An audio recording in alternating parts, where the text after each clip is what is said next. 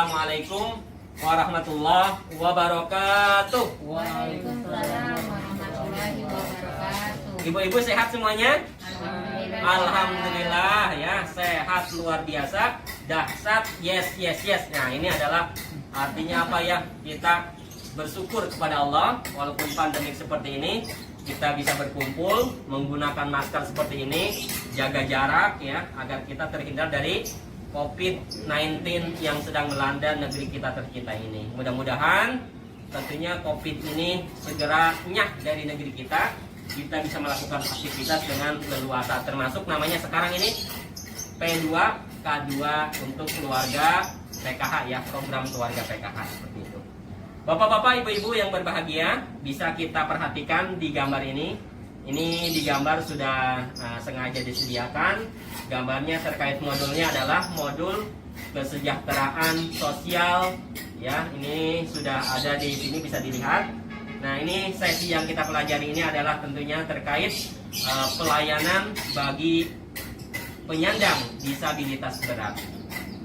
Ibu-ibu, bapak-bapak yang hadir hari ini materinya luar biasa dan perlu kita telaah tentunya agar kita senantiasa peka hati kita ini terhadap orang-orang yang memiliki keterbatasan. Banyak di antara kita dengan kesempurnaannya sehingga merendahkan orang lain. Jangan ibu ya, jangan. Karena hakikatnya semua orang memiliki hak yang sama. Tentunya ibu-ibu pada kesempatan hari ini sebelum melangkah ke materi selanjutnya tentunya perlu tahu dulu nih ibu-ibu apa sih namanya penyandang disabilitas itu.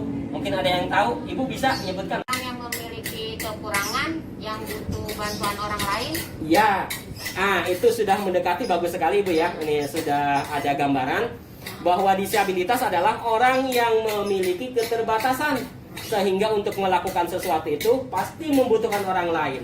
Mau makan dia nggak bisa nyuap, mau disuapin, disuapin sama orang lain. Ketika mau pindah tempat dia harus digotong. Nah, itu adalah disabilitas berat, penyandang disabilitas. Dan itu tentunya menjadi perhatian khusus buat kita. Orang yang memiliki keleluasaan anggota badan normal itu harus peka terhadap mereka. Mereka pun memiliki hak yang sama seperti kita. Seperti itu ya ibu-ibu ya. Bisa dipahami ya? Ya.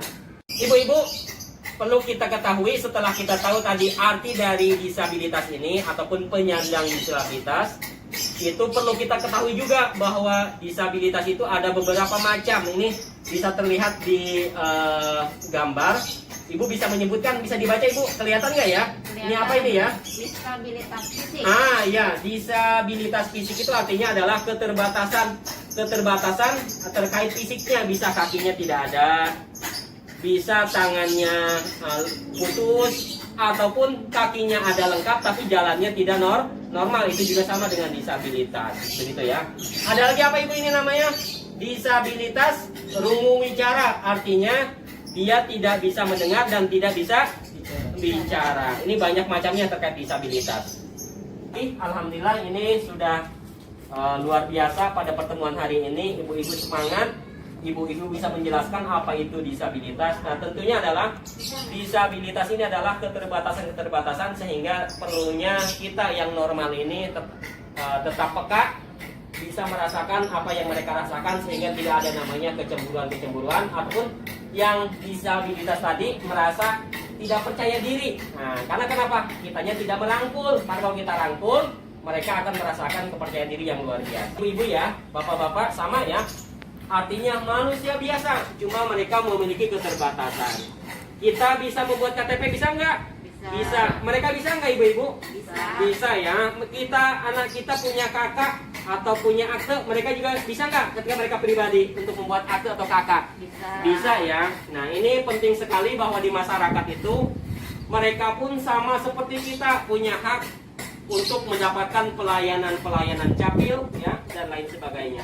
Bahkan di satu tempat ya di Jakarta ataupun di daerah-daerah yang sudah maju di Yogyakarta itu ada namanya apa ibu-ibu, tempat jalan ya, trotoar khusus untuk mereka penyandang yang ini ya, penyandang disabilitas yang tidak bisa melihat.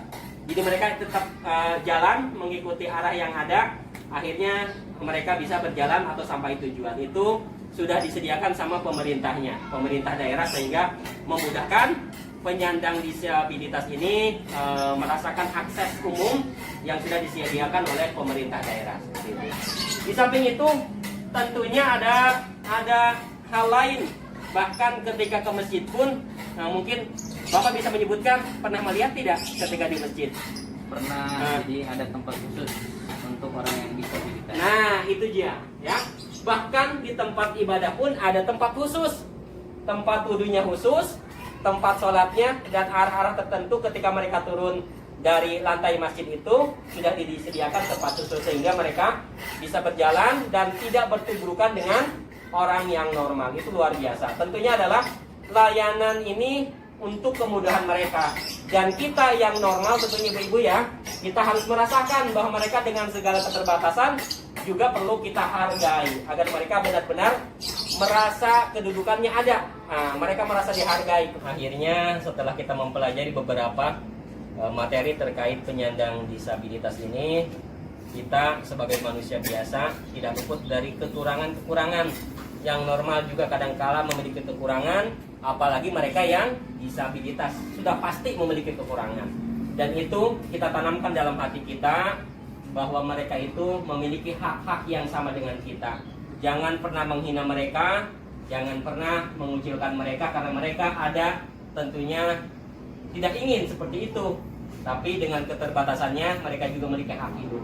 Tentunya kita yang normal supaya bersosial, hidup bersama mereka, dan senantiasa menjalin ukhuwah, silaturahim, dan menciptakan kerukunan yang luar biasa, sehingga mungkin itu lebih baik daripada menghina mereka. Seperti ya bapak-bapak ya, ibu-ibu ya, pada materi hari ini mudah-mudahan pada kesempatan hari ini ibu-ibu sedikit paham terkait penyandang disabilitas, contoh-contohnya termasuk macam-macamnya juga, dan layanan terkait penyandang disabilitas di masyarakat. Mungkin sebelum ditutup ada yang ditanyakan bapak-bapak? Cukup ya, alhamdulillah, berarti semuanya sudah paham. Mudah-mudahan kita semuanya dikaruniai oleh Allah Subhanahu wa taala hati yang lapang, hati yang sabar, hati yang senantiasa merasakan kesulitan-kesulitan orang lain, keterbatasan-keterbatasan orang lain, sehingga kita menjadi pribadi yang baik, lingkungan kita juga menjadi baik pula. Tuntas sudah ya pada kesempatan pertemuan sekarang. Saya akhiri. Assalamualaikum warahmatullahi wabarakatuh. Waalaikumsalam warahmatullahi wabarakatuh. I wish to stay.